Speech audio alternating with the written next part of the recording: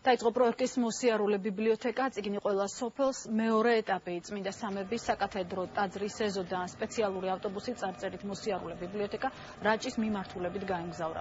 სამების ტაძარში ღვთისმსახურების დასრულების შემდეგ ილია მეორე პროექტი დალოცა და მროვლს მასში ჩართვისკენ მოუწოდა. პროექტის ერთ-ერთი მხარდამჭერი სპორტისა და ახალგაზრდობის საქმეთა სამინისტროა.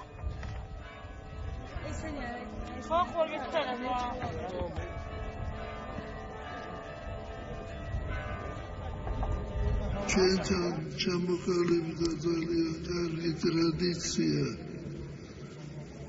რაიონებში მიგვაქვს წიგნები, ამით ვეხმარებით ხალხს განათლების გამტკიცებაში, ამაღლებაში. ღმერთმა დაუწოს ყოველი ადამიანი, რომელიც ამ დიდებულ საქმეს შეუწყობს ხელს. დავოცვილი იყავი და გახარებული. ყველა ესეთ პატრიოტი და მნიშვნელოვანი პროექტი ჩვენ ყოველთვის ხარჯ დავუჭერთ, რა თქმა უნდა მივესალმებით ახალგაზრდების წიგნიერება არის ძალიან მნიშვნელოვანი და ყველა რეგიონში აუცილებლად ხელ შეუწყობთ, რომ წიგნი შევიდეს ყველა ოჯახში პარტიულად.